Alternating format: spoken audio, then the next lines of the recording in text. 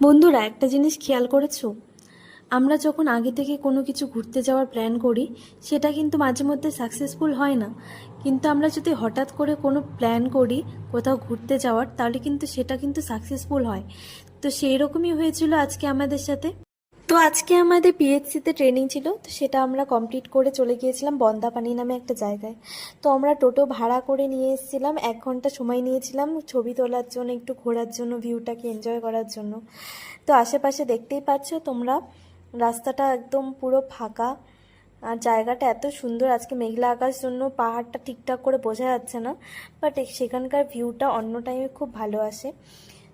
এখানে মেইনলি ছবি তোলার জন্য, তারপরে হাতি, ময়ূর এগুলো দেখার জন্যই মানুষটা বেশি এসে থাকেন।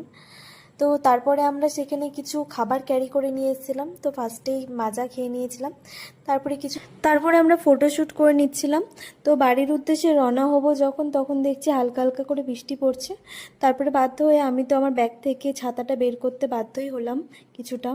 তো যাওয়ার সময় দেখছিলাম একটা জায়গায় মরা পোড়ানো হচ্ছে ওই সাইডেই। তো আমরা তাড়াতাড়ি করে টোটোতে উঠে গেলাম। তো সবাই মিলে এইভাবেই গল্প করতে করতে, এনজয় করতে করতে আজকের দিনটা কাটালাম। তো টোটোতে খেয়ে নিয়েছিলাম ম্যাড অ্যাঙ্গেলস আর হচ্ছে মমস ম্যাজিক বিস্কিট। তো আজকের জন্য এইটুকুই, দেখা হচ্ছে পরের ভ্লগ নিয়ে। টাটা।